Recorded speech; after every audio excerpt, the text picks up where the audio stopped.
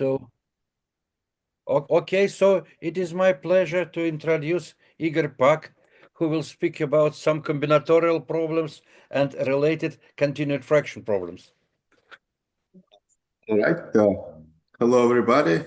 I want to sort of encourage you to be on video because I have a setup in which I can actually see you as long as give me a second to get it to work. Yeah, I can. So as soon as you get on video, I'll be able to see you. Okay, and I'm mostly combinatorialist. I know relatively little about number theory, and so I'll tell you mostly combinatorics and how continued fractions came up. If that's okay with everybody, I'll just proceed. So this is how the setup goes. Suppose X is a combinatorial object and f of X is some kind of number corresponding to combinatorial objects. What you want to do is compute f of X. And I'll give a whole lot of examples of that. So, so here is the main sort of typical example. Suppose you have a graph. Here is a graph of a cube, and let's say the graph has even number of vertices. You define perfect matching to be a collection of k pairwise disjoint edges of G, where k is half of the number of vertices. So here combinatorial object is G, and the function is the number of perfect matching in graph G. Okay. I don't see you on video, but hopefully everyone is okay with that. Just do emoji if you want to react one way or another. Okay. Okay, good. So and try generally to stay in video if you can. So here is an example of what happens with this cube graph. In this case, we have exactly 9 perfect matching, and you can see what they look like. So those are exactly 4 edges which are non-adjacent, so they have no vertices in common. And that's what. So the function is the number of perfect matching in the graph, and for this particular graph is equal to 9. Okay, everyone okay with this? Okay, good. Okay. All right. So just to show you how complicated this function be, here is a printout of from OIS of what happens with high-dimensional cubes. So for 3-dimensional, you get the same 9 as you've seen before. In 4-dimensional, you have 272, 5, 6, 7. This is a giant number you get in 7-dimension, and that's already pretty unfortunate. You can sort of see that the number of digits doubles every time. So I wouldn't be able to fit the next number, but that number hasn't been computed yet, I think. And you can see why. If you just try to factor these numbers, you get giant primes. These are not nice numbers to compute. There is a way to compute them, but not that easy. And in fact, the whole problem of counting number of perfect matching graphs is extremely difficult. It's what we would call Sharpie complete problem, but I'm not going to talk about complexity. So the next problem I'll mention is problem of counting spanning trees. So suppose you have some kind of graph. A spanning tree is a collection, graph on n vertices. Spanning tree is a collection of n-1 edges with no cycles. So just like with perfect matching, the largest subcollection of edges which are adjacent. This is the largest subcollection of edges without a cycle. So in this particular case, the function we define to be the number of spanning trees in my graph. I'll give you examples. So suppose you have this graph, kind of a 2 by 2 square. That one has 4 very simple looking, basically after rotation, the same tree that you can get. But as soon as you add one edge, just one diagonal edge, the number of spanning trees doubles. You get 8 spanning trees in this case. Everyone good with this? Yeah. Okay. Remember, I can see you. So the number of spanning. So here is again print out what is the number of spanning trees and by a grid graph, the ones that so you've seen these grid graphs before, and so in this particular case, this is a square, and you can see that those numbers grow exponentially and in fact, they're not particularly nice either. So if you take the largest number, whichever it is, on the bottom, I think I did a 1, 2, 3, 4, 5, 6, 7. I think this is 13, 13 by 13 grids, and the factorization contains squares of a lot of primes, or force power in this case. So that's a large number. There's nothing promising about it. It's very easy to compute actually because it's the determinant of a Laplacian matrix, but you can see that there is no nice pattern. Everyone good? I'll move to the next problem. Yes? I'm sorry, why there are so many factors for the numbers? They're not that. I mean, That I don't know, but I do know that except for the power of two, you get a lot of squares. That's what I remember. So. Um, so that's actually a theorem. Everything, but sometimes you get just large giant primes. So the third problem that I want to mention is a problem of counting linear extensions of a poset.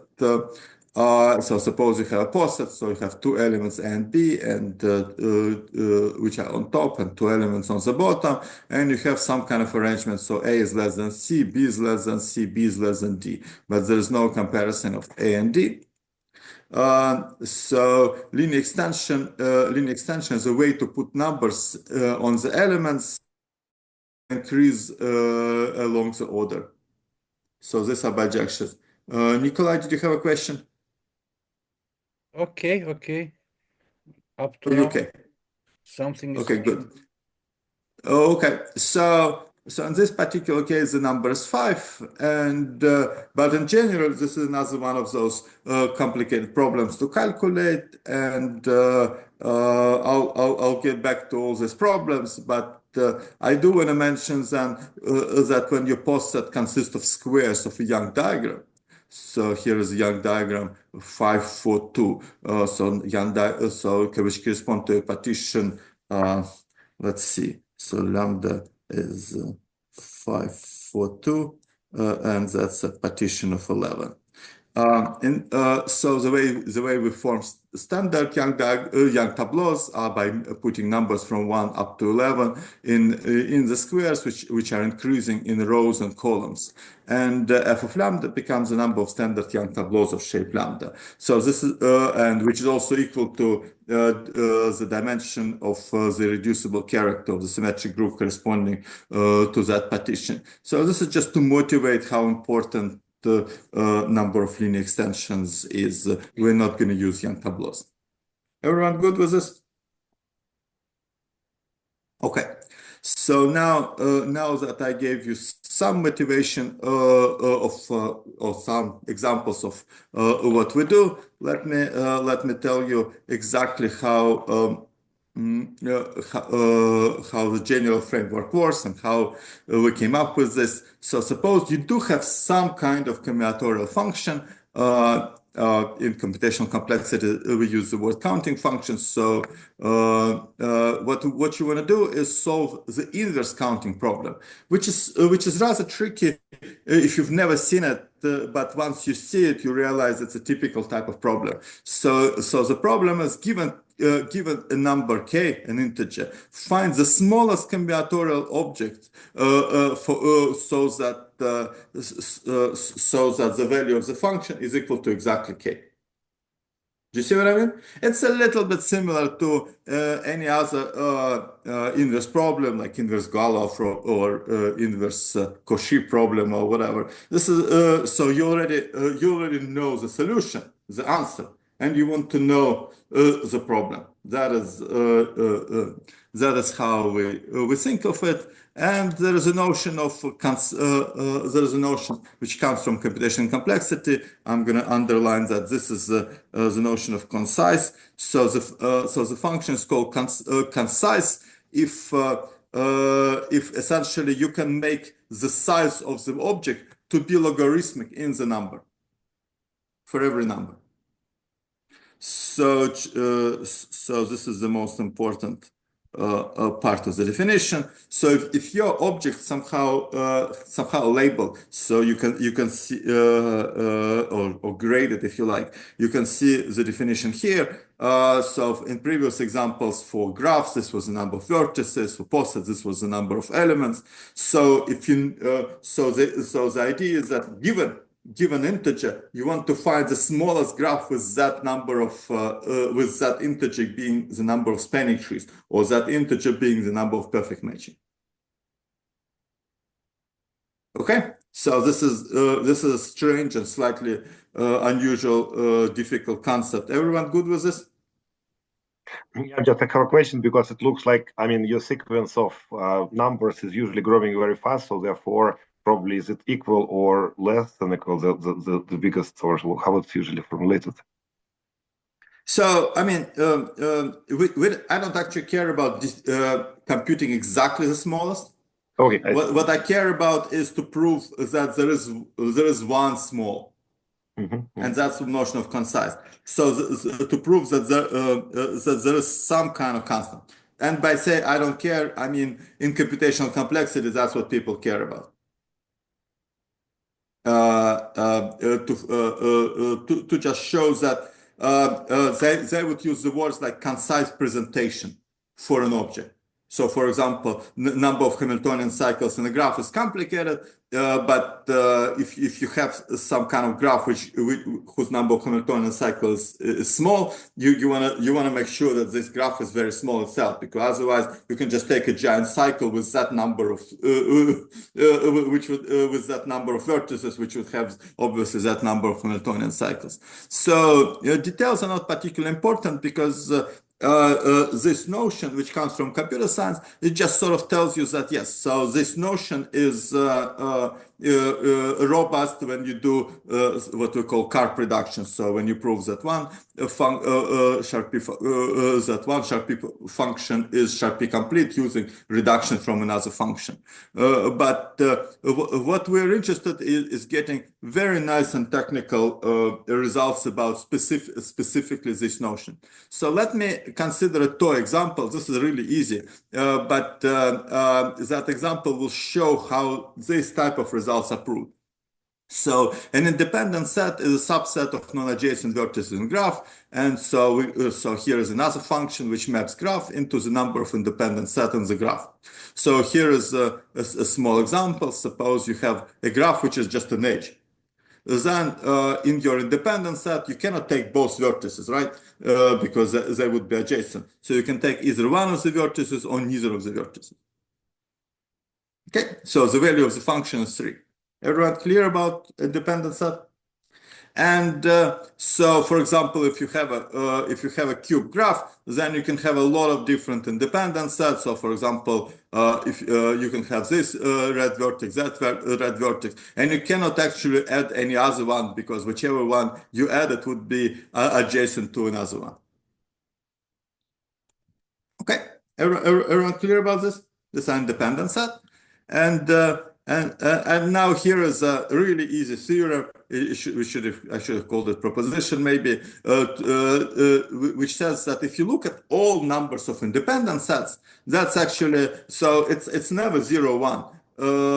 It starts with 2, which is what it is for a graph with one vertex. But then, if you look at all numbers of independent sets for graphs with vertices up to n, those numbers those numbers obviously are between 2 and 2 to the n. 2 to the n is the total number of possible independent set that you can imagine when you either take one or not. And it turns out that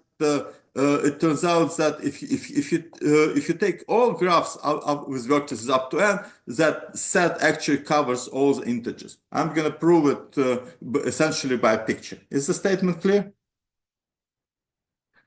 Okay, so here is a picture. So here is the idea. Suppose you have a graph G.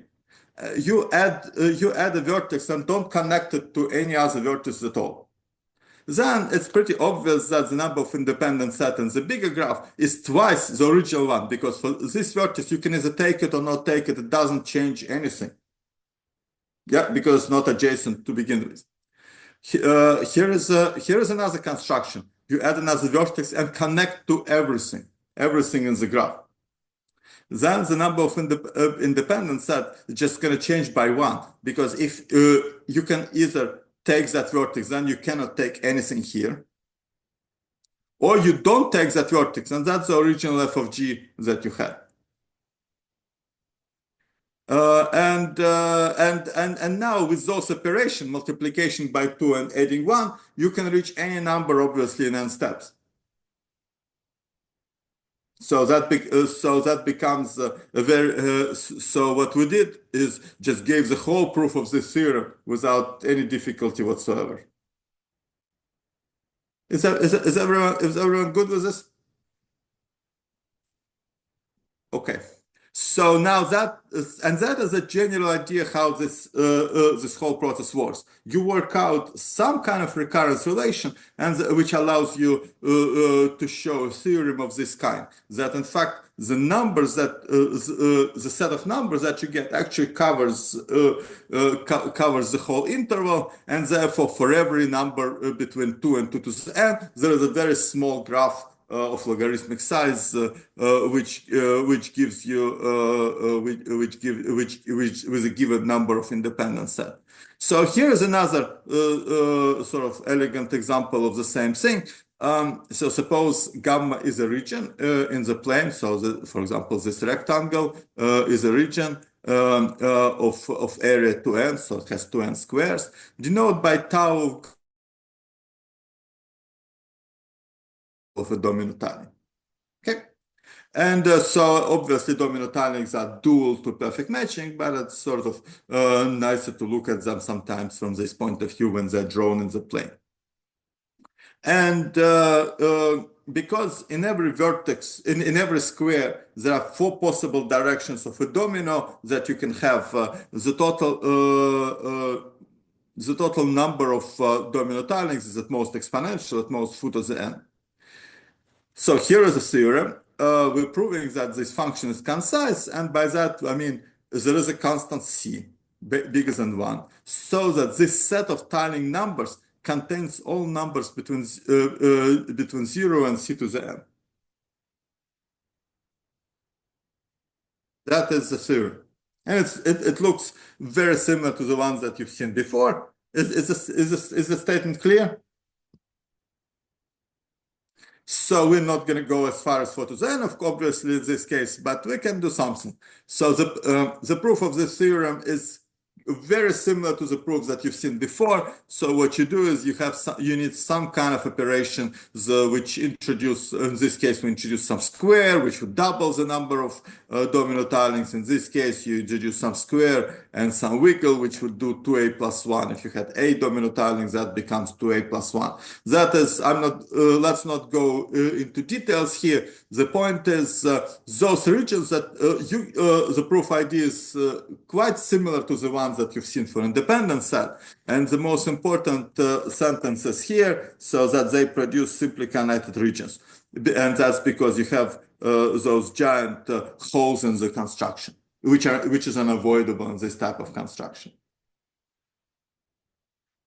Okay, in sort of the same way as for independent set, we had other abstractions. For example, those graphs were not planar. Now the conjecture the conjecture that we have is that the exponential bound in the theorem here still holds, even if you only restrict yourself to simply connected regions gamma. And that is what I want to talk about. That's where continued fractions start to emerge. Is everyone okay here? Because suddenly we're gonna do a little bit of continued fractions. Yes? Okay. All right, good. So here is how continued fractions emerge. So I apologize. I'm sort of switching here from domino tiling to perfect matching, but that perfect matching look nicer for this kind of graph. So here is a graph. The graph consists of a bunch of squares attached to each other in this in the form of a ribbon or a snake, some people call it. In algebraic combinatorics, we would call that ring hook. Okay, is the type of graph clear? So that's a graph. Igor, so I have one question. So because I think for snakes, they use their only ones and twos for continued fractions. They somehow have a different representation, or it's the same? I mean, I'll teach you. Okay, great. So here is a snake. And so what you do is you put along diagonals alternating signs, minus, plus, minus, plus. Do you see that on the graph? And now what you do, I'll try to draw that. So what you do is, maybe let me switch color. Yeah, let's take that. So what you do is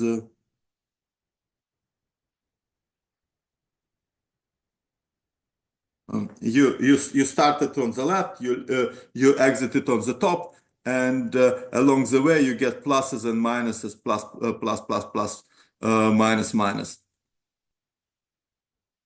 That's how you get a sequence of signs. It's not especially trivial, but that's how it works.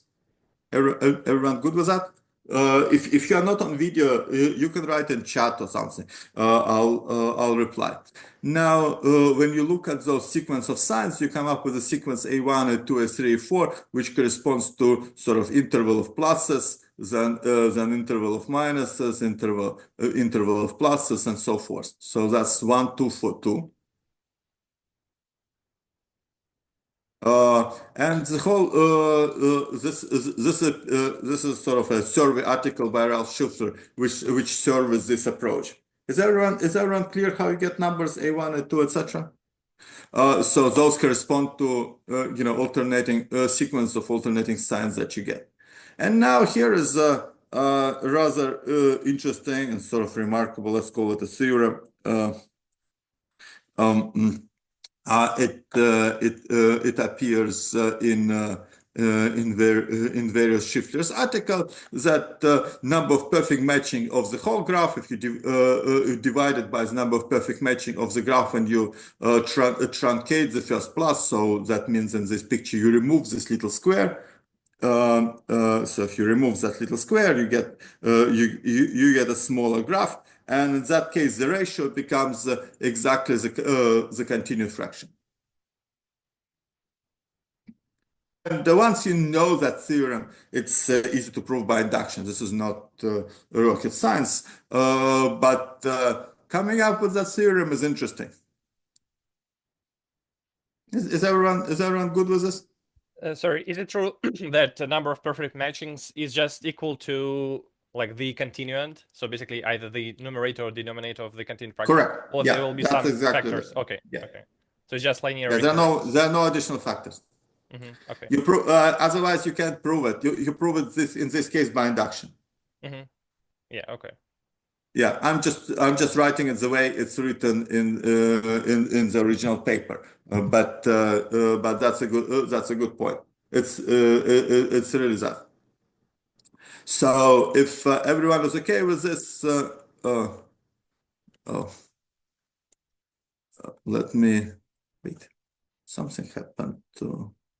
Oh yeah, so everyone is okay with that. Let me just note that in this particular graph, here is how you would do it. You would put numbers 1, 2, 4, 2 in the continued fractions, and then you compute it, you get 29 out divided by 20, and in this case 29 is exactly is the number of perfect matching in the bigger graph, and 20 is the number of perfect matching in the graph when you remove the bottom left square. I have a question. So if the snake goes somehow to the left, so do you use negative numbers them, or how it works? I don't. I don't know if that's known. No, I don't think so. I think it doesn't matter it goes left or right. It's still increasing. Oh, let's see. So the rules might be more complicated. I don't know. Mhm. But from this point, once you know this connection, which is what so Schiller explored it in a different directions. The reason why they needed it is because related cluster algebras and rather involved algebra representation theory. So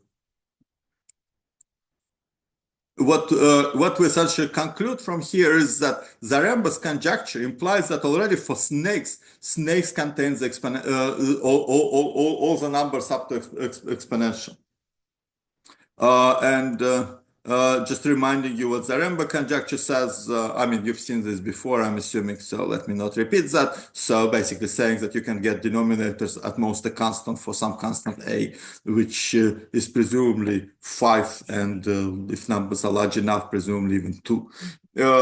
But the point is that suddenly this conjecture about a perfect matching, or in this, or I prefer to phrase it in terms of domino tilings. So suddenly, this result that we have for domino tilings becomes easy once you have and in fact, you can prove a stronger result once you have Zaremba's conjecture. So this is a gateway from one area to another. So shows the connection between the results in combinatorics and number theory. Everyone good? Can I move on? And that is the direction which we'll explore. So here is a theorem that it's nice to make assumptions about Zaremba's conjecture, but since that theorem is not available, let me make an unconditional theorem. So what we're saying is that yes, so we cannot go all the way up to c to the n, but we can get close. We can go up to c to the n over log n. Okay.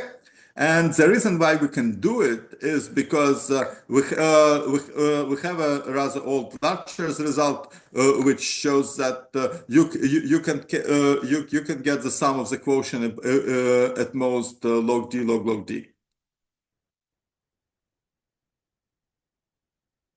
And this log d, when you convert it into the inverse problem, they become numbers from 0 up to n over log n. So this log d goes into this division by log d. And that is unfortunate, but there is no obvious way to improve larger theorem without making additional assumptions or going to Zaremba's conjecture. So notice that Zaremba actually requires all numbers bi to be small. Here we only care about the sum, because the sum is because the sum corresponds to the total number of edges in my snake graph. So we have wicket to begin with. Igor, can I ask you something? So basically, do you need complete Zaremba conjecture, or it's enough for you to have Zaremba conjecture for just half of the numbers? Half of the yeah, I know. Well, this will come up. Oh, okay. Yeah.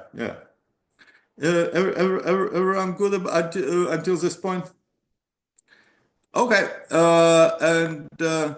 so the conjecture still remains that for simply the region you can get up to the exponential size, but presumably maybe one should look for regions beyond the snake regions, because for snake regions this already becomes a really difficult problem. However, there are the other type of regions that you can consider that are simply connected. I think the conjecture is probably true. But at this point outside of what we can do with existing number theoretic results or combinatorial results for that matter. Everyone okay with the conjecture? Sorry, is the index SC over the Simply under connected. the tower? Ah, okay. Thanks.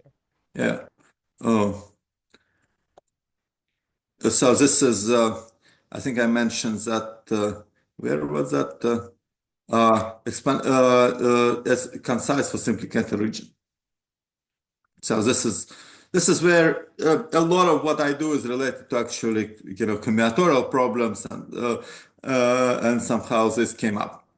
All right, so now I'm going to move to linear extensions, and here is a remarkable theorem by Kravitz and Sa. Let tau be the number of linear extensions of all posets of size n. It doesn't matter exactly n or at most n, because you can always add one maximal element. It won't change the number of linear extensions. Then you get a similar, even visually looking, same bounds up to c to the n over log n. Is the statement clear? So it's the same setup, except completely different function. And is it also related to Zaremba?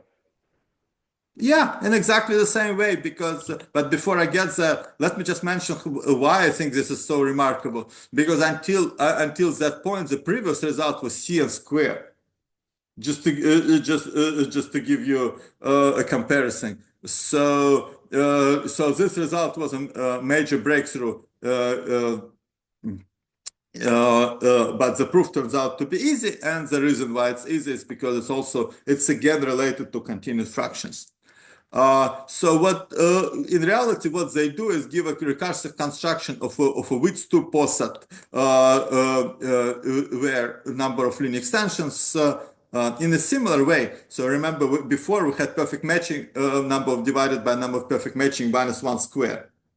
Here you have number of linear extension divided by number of linear extension minus 1 element.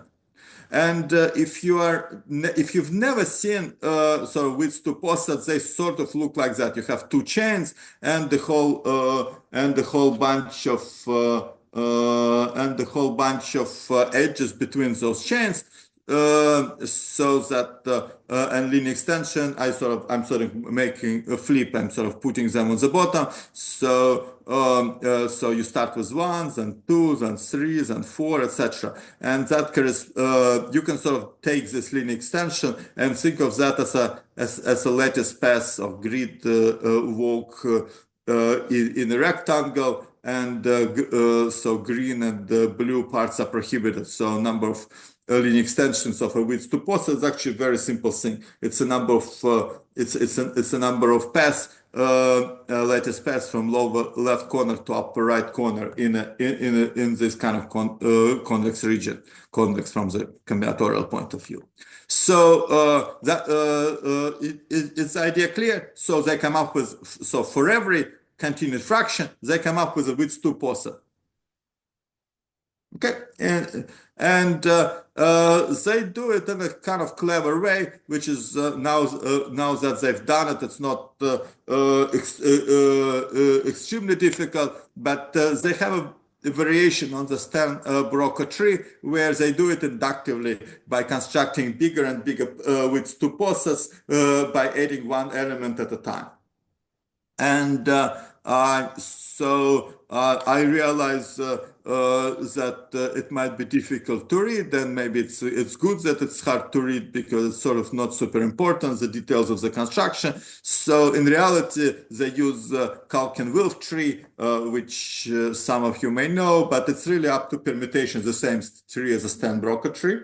And it has slightly better properties from combinatorial point of view, and that allows you to make the same conclusion because this is really the same tree up to permutation. So that is the idea that they use to prove the lemma, and And now, actually, I didn't tell you, but so the guys are smart. They rediscovered the whole Larcher's result. They rediscovered, they reproved it, they published it.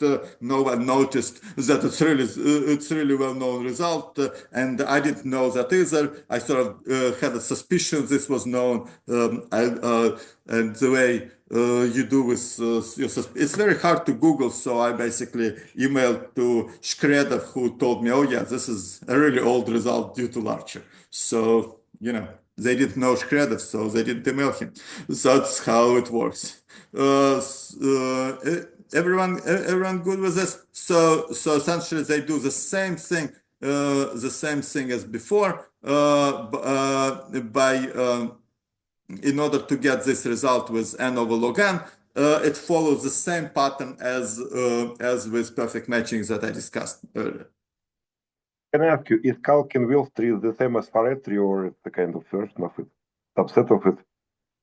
Yeah, I mean, so I don't know. To be honest, I'm not an expert on this. I looked at the Stenbroker tree, and that's not the Stenbroker tree. It's a little different, and then it turns out that this is called Kalkin-Wills tree, but just this one is better known. This one has a Wikipedia article about it, and this is the one that they actually use, and the properties of that this is the same after permutation to Stenbroker tree. But I'm sure there are half a dozen other versions of this. Essentially, Wilf sort of became curious if you can write all rational numbers in a sequence, and how would you do that? And they wrote a paper, how would you do that algorithmically? Yeah, just a little bit. I wonder, because I thought that Farad was before doing the ICs, but that's fine. The difference is that Farad had another purpose. He wanted to write down all the numbers with denominator less than q. And here is another setting. And Sternbroker and Kalkin-Wills are the same because they are labeled in some sense in the same way. This is just a binary process of taking medians. Yes. All right, so there are technicalities in there in the construction, but essentially, just like with independent sets, it's a recursive construction. When you have a recursive construction, it's not as nice as for independent set, but you get continuous fraction, and that's nice on its own. And so Kravitz's sum make a conjecture that, of course, you should get all numbers up to exponential size. In principle, theoretically, you could get even up to n to the log like e to the n log n. So you could in principle get factorial numbers, but that would be too much of a reach, perhaps, in the conjecture. And again, the trivial kind of observation is that Zaremba's conjecture implies this Kravitz conjecture. Because the whole proof, Kravitz proof, just works immediately, and the total size of the total size of the poset becomes the sum of the quotients in your continued fraction. And here is another observation. I call it a theorem for no real reason. So it follows essentially immediately from, let me do it here, from Chan and Kontorovich, that you get the result not just even for positive fraction, you get it for density one set. So in particular, what I want to emphasize that in particular, this shows that the number of possible linear numbers of linear extension is exponential, so, which gives additional evidence towards Kravitz conjecture, but is of interest in its own right for people who do that kind of stuff. I'm just going to assume that you've seen Chan and Kontorovich before. Is everyone good with this? I sort of wrote it kind of vaguely. Okay, can I move on? Okay, so So before I go too far, let me just mention that one can consider, you don't need to stick with continued fraction. You can consider generalized continued fraction. We have many more generalization, but this is the most straightforward generalization when you put BIs here and AIs here. And in this case, turns out that you can actually say so the weight of a continuous fraction, a generalized continuous fraction, is the sum of BIs minus the sum of AIs plus M. That is how we define the weight of a generalized continuous fraction. And then when you can take a fraction like 20 over 7, which looks very innocent, but it has a relatively large number 6 here. And you can write it in a different way using generalized continuous fraction. 2 divided by 2 plus 1/3. And if you look at the weights in this case, this is 2 plus 2 plus 3 minus 2 plus 1 plus 2 because there are 2 levels here. And the total things become 6, which is less than 9 that you would get as the weight of a usual continuous fraction. You see what I mean? So it is possible, perhaps, that there is a saving there. And you can kind of look at all possible generalized continued fractions and ask for the smallest weight of a generalized continued fraction. And so here is a much weaker version of Zaremba's conjecture that would be enough for us. So for every you don't need all integers, even primes are enough. For every prime there exists an integer between 1 and b, so that this the minimal weight of the a over b is at most linear in log b. So is the conjecture clear? So you may allow large partial quotients, but this number may be rewritten as these semi-regular continued fractions with some a's with the small parameter G capital. Yes. Yeah, that's what I want. And I asked people around if they know how to do that, and they don't. But if our conjecture is true, that would imply Kravitz-Sack conjecture. It's actually again not super hard to generalize Kravitz-Sack Broca tree inductive construction to add those AIs into the picture. And we have several more in our paper on linear extensions and continuous fraction. We have several more, even more complicated generalization of continuous fraction, and they all aim towards the same goal of making weaker and weaker conjecture of this kind, which would still imply the Kravitz-Sack conjecture. In some sense, this is a result of a failure. We couldn't prove any of the conjectures on continuous fraction, but we can show that combinatorics allow us to make those conjectures. So now I want to go to the last part of the talk. Is everyone okay with this? Okay.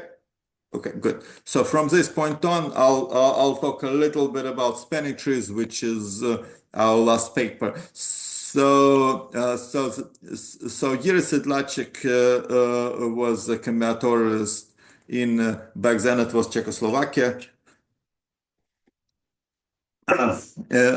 who asked to describe all spanning tree numbers. When I say describe, here he stated a whole bunch of conjectures and questions and problems on the numbers of spanning trees of various graphs. But in particular, so here is, for example, what's the number of spanning trees on graphs of 5 vertices? You get, if you look at it carefully, you see that that it sort of starts kind of densely 1, 3, 4, 5, 8, 9, 11, and then it becomes kind of sparse. Here you get 125 is 5 cubes. That's what you get for a complete graph on 3 vertices. That's on 5 vertices. That's Kelly's formula, and you get sort of sparse sequence at the end. So is it clear what these numbers are? Okay, and sort of for fun, I just wanted to show how papers used to get published in Czechoslovakia. So this was an original title the paper was in Czech. So this was an original title, and it also had had two kind of abstract, one in English, which you can understand, and one in a kind of weird Russian that I don't understand, but. I mean, the abstract itself tells you more, but that's how life was back in '66. I mean, obviously I don't read Czech, but he wrote 4 or 5 papers on the subject, sort of in the late '60s, early '70s, all discussing this problem. So there was a breakthrough a couple of years ago by Richard Stone, who showed that in a similar manner, this set contains all numbers up to essentially up to n to the 2/3. There are some logs also involved, which I'm hiding. They're not super important. So we don't go all the way to c to the n, but we get relatively close. Just to show how much of a breakthrough, until then, it was known that Ts of n contains number from 0 up to 6n or something. That was a previous record. So what was known before was relatively pathetic compared to a large weakly exponential result that Stone proved. Is this clear? So Stone did not use continued fractions. He used a completely different technology. Actually, I guess I can tell you what he used. He considered graphs of the following kind. When you have A, B, C, vertices in each arc. Do you see the graph? I can draw it sort of bigger. I hope you can see sort of a graph. Maybe I should do somewhat of a better job drawing. So he considered a graph which looks like that. Has A vertices here, B vertices here, C vertices there. Let me get a smaller one. And so there are vertices all over here, and then the number of the number of spanning trees of this graph is equal to AB plus AC plus BC. So you get a quadratic form out of a graph. And those kind of quadratic forms are extremely well studied, and so people understand what is the number of solutions for a given integer. So is this equal to n? So people understand them extremely well, and once you have those graphs, then you can kind of glue them together and add some other edges, and you're done. So that's roughly what Stone's graph looked like. Is the idea clear? This is sort of not super important to what I'm about to say. So that was a major breakthrough and used quite a bit of number theory to get. And however, there were lots of conjectures that this didn't resolve, and one of them is, this goes only to c to the n to the 2/3. It doesn't go to c to the n, which is what Sedlacek wanted. I guess this result should involve some analytic number theory, isn't it? Well, I mean, Stone didn't use analytic number theory. Stone used sort of relatively he used a difficult number theoretic result which he combined in an elementary way. But no, it's not analytic. No, it's actually relatively elementary, but you need to know about quadratic forms. So to get to c to the n, I don't know how to get there. I'll show you how close we get. So that is the last part of the talk. Any other questions about this? Okay, so in fact, we started a more refined problem. Not only we want to describe spanning tree numbers of graphs, we want to be specific about planar graphs. So this is an example on the right of a planar graph. Obviously, planar graph is the one that can be drawn in the plane. And in this case, the conjecture is, the first time I saw it, I couldn't believe that this could actually be true. So he asked, he basically said, look, the sizes of those sets, you remember I wrote here, the sizes of the set is going to be exponential. That's what he says. And in the beginning, for planar graphs and non-planar graphs, it's the same thing. So for T of pi, you just have to remove 125 and it's the same set. But for general graphs, there are two obstacles to this, not just one, but two. The first obstacle is that the number of planar graphs of n vertices up to isomorphism is actually not very large. It's at most exponential. And many of them are isomorphic to trees and stuff. So those which are isomorphic to trees, for example, they give you just one number one. So lots of these numbers get repeated. You shouldn't expect anything exponential. Another result that that's sort of relevant is that the numbers themselves are not very big. So Sedlacek did know that these are all relatively recent results from this century. Let's put it that way. That the maximum number of spanning trees of a planar graph is also at most exponential. So you cannot get really large numbers here. We're working in a really small window of at most exponential number of planar graphs and at most exponential numbers that they have. So the point is, this set that we have here is not going to have many repetitions, or it's going to have sufficiently many graphs which don't have which have different numbers of spanning trees. And it's important that S stands for simple. It's important that the graphs are simple, so they don't have parallel edges. This is what we usually think of a graph. Is the conjecture clear? So, and that is the conjecture that we prove. So it's sort of surprising, but we do prove that result, and moreover prove a stronger result that this set up to exponential contains basically almost everything. And already from the shape of it, you see where I'm going with this. There is some connection to Kontorovich theory. Any questions about what's coming? I'm getting close to be done. Everyone good? All right, so here is the main lemma in the construction, main combinatorial lemma, if you like. If you draw a graph with this kind of vertical paths of size b2, b3 up to bm, and then connect them up, going from one vertex to everything and adding this extra vertex here, then turns out that number of spanning trees in this graph is the denominator of the continued fraction.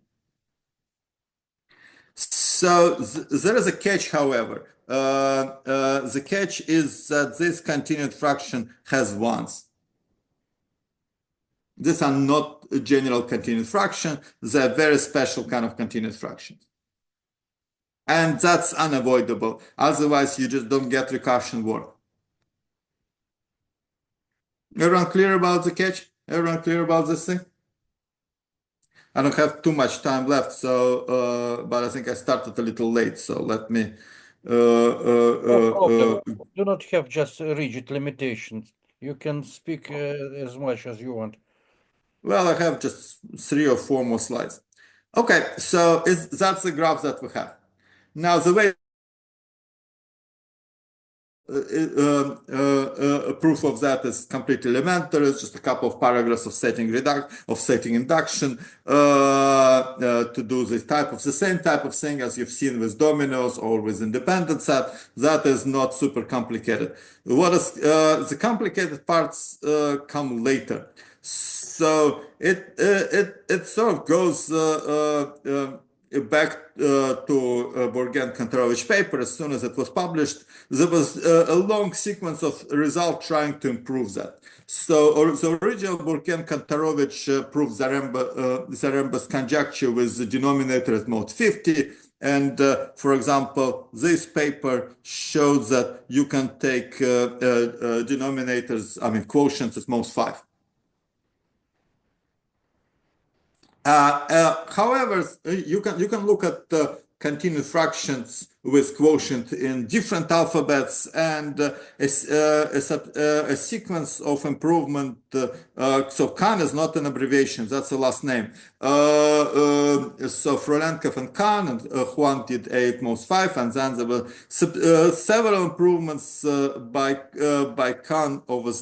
Let me put here apostrophe by Khan over the years. Who basically this 0.775 is the best result about fractal dimension of Hausdorff dimension of a fractal corresponding to the set of continued fraction. At this point, it becomes slightly technical, but if you've seen any type of talks about this, you probably know what I'm talking about. We're considering the set of numbers between 0 and 1, which have a presentation with continued fraction of a certain kind, and that's what we knew. So this and that's relatively recent. So this 21 is quite recent. So so unfortunately, we also knew that this problem is rather difficult because people in the literature have studied those continued fractions before. I didn't know it when it started, but that is something I learned later. That turns out that people have looked at that, and the problem turns out to be difficult. So those are bounds from the paper.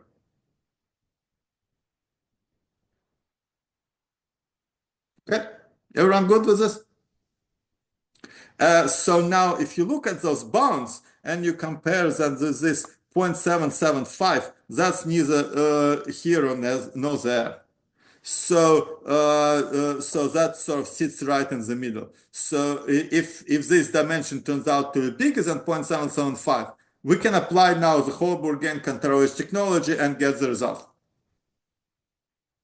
If, however, this dimension is smaller than 0.775, the result might still be true. However, there is no way to prove it with Borgen-Kontorovich technology. Do you see what I mean? So this is a sort of revisionist history of how we came up with this result, but I think the revisionist history sometimes is better than the real history. So let's call it like a sort of a mystery of what's really happening. So what we did is we improved those bounds. So we showed that in fact this dimension is between 0.775 and 0.799. So it really we're really lucky that it's just a little bit above 0.775. And by lucky, I mean at some point you take the nudges larger and larger enough. You do the calculation. At some point, it exceeds 0.775, and it didn't need to. Is the idea clear? That's what we did. So now the whole proof, the whole proof becomes a combination of a combinatorial lemma I told you before, and this lemma and this lemma about Hausdorff dimension. Putting things together involves a minor amount of technicalities which can be overcome. This last lemma itself. The proof of that is computer assistant, and we used latest polycode with no algorithm, which allowed us to do it in our lifetime. It's unclear if we would be able to do it with earlier algorithm. There was already Polycode's algorithm before, so there are people in the area who who keep writing about ways to compute the Hausdorff dimension, and I usually look down upon those people, but now I completely changed my mind. Those are excellent people, and we should encourage that activity. So if you ever get to be on a grant, read the grant proposal which talk about that, that's a good thing, because that is what made our paper possible. There is nothing else. Okay, so this, I mean, the computation at the end was not extremely tedious, but you needed to know the algorithm, which is not just like some algorithm which computes that. It's a rigorous algorithm. So at the end, it actually allows you to prove to give formal proofs that the Hausdorff dimension is bigger than the numbers that we needed. That's why I write computer assisted rather than computer proof, because you actually have to do a minor amount of work in order to get everything set up, but essentially computer does the hard work. And that's it. So I'm done with that. This is Santa Monica with fire and without fire. But thank you all for listening to me. Thank you very much for a very interesting lecture. Any questions, comments?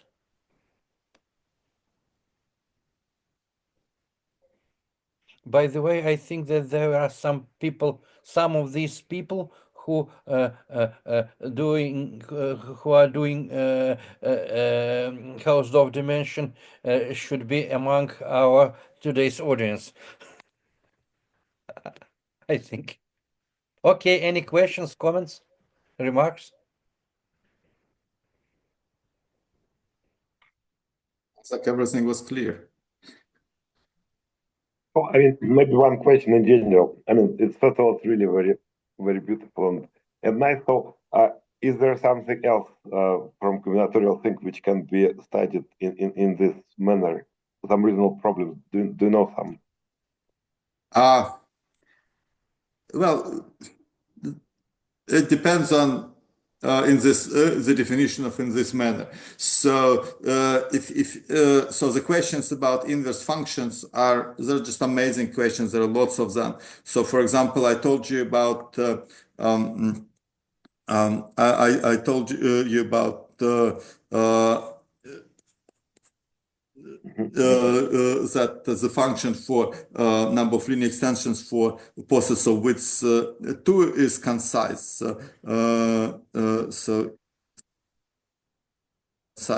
But it is actually kind of more natural to consider a bipartite graph and sort of think of all those numbers less than the numbers on the bottom. So these are called height 2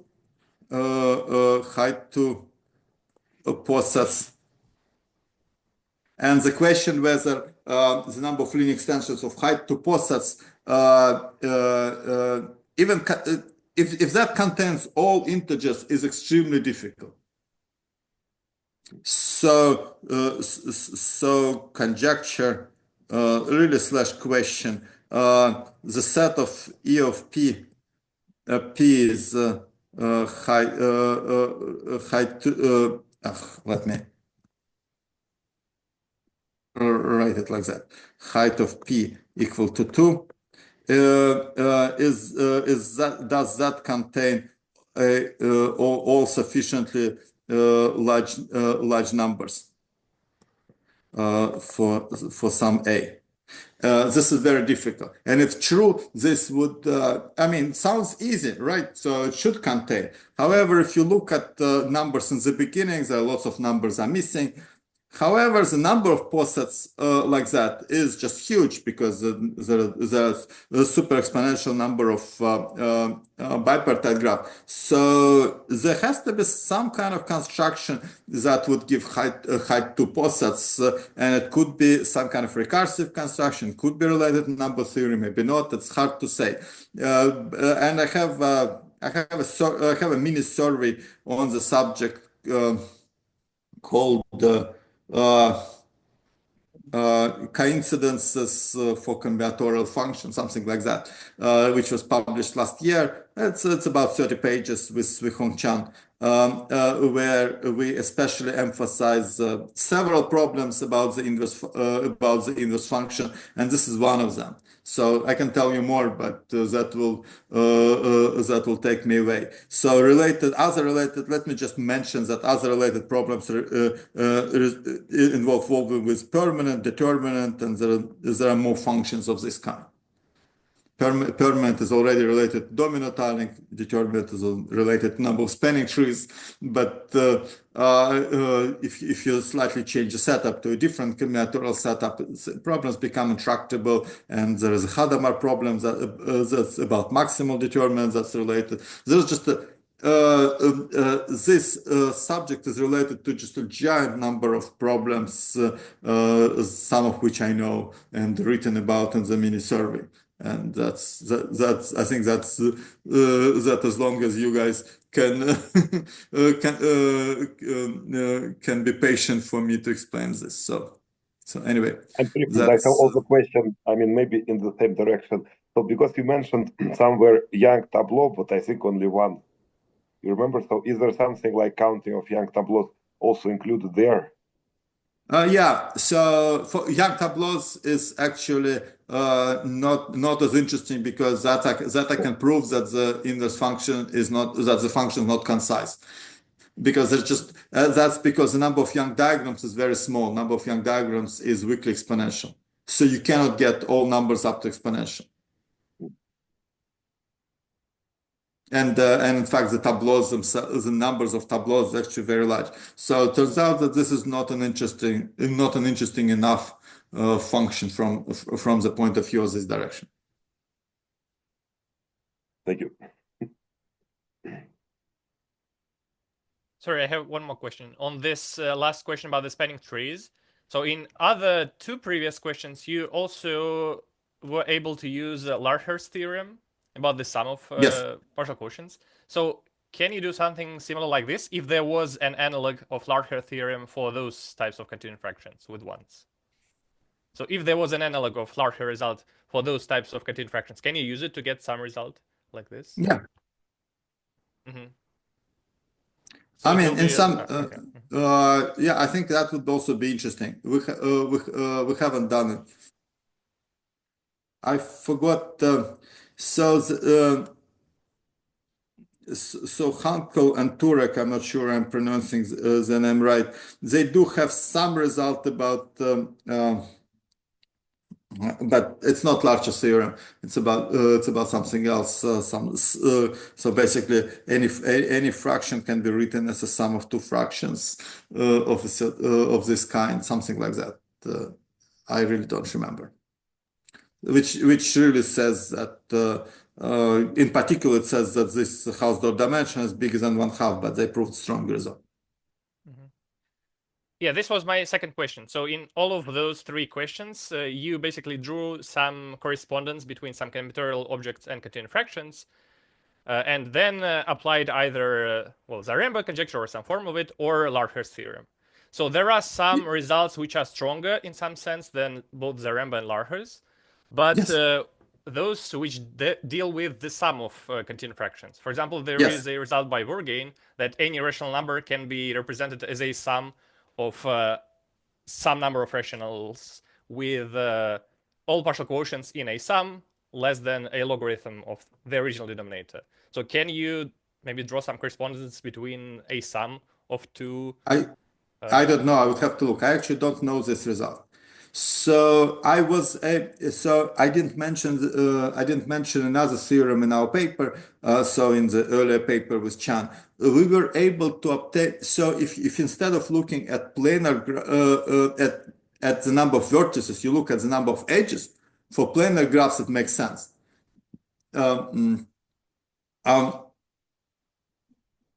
Then one can use a somewhat stronger result than Larcher's result due to Rukavishnikova, which allows you to prove e to the n over log n bound type result for planar graphs when you count them according to the number of edges rather than the number of vertices.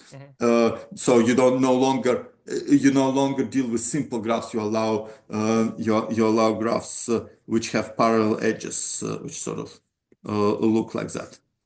So if you extend it to that, then you get an sort of unconditional e to the big O of n over log n. So you get that kind of result by using something stronger than larger. So this is the direction that we used. We were people don't sort of underestimate difficulties in doing combinatorics. I wish I could do anything you want. So every time when I state this type of lemmas, proving them is really easy. Like you look into the proof, it's a couple of paragraphs. There's just nothing there. Coming up with that proof is difficult. Coming up with a statement is difficult. So if you try completely random things, it won't work. That doesn't mean you shouldn't try. You should, because if it works, usually you get very strong results of this kind. So please email me the Burgen's paper. Sure. I'll take a look. Okay. I just haven't tried that type of recurrence. Okay. Thank you. Yeah, very good talk. Thank you. Thank you, Nikita. So, any other questions or comments?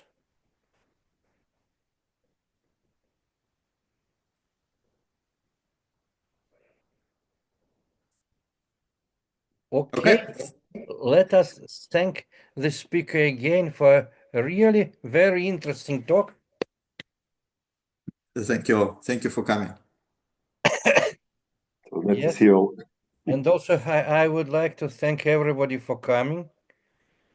So, and now we may have a break until our next meeting. So, thank you very much, Igor. Again, it was really very interesting.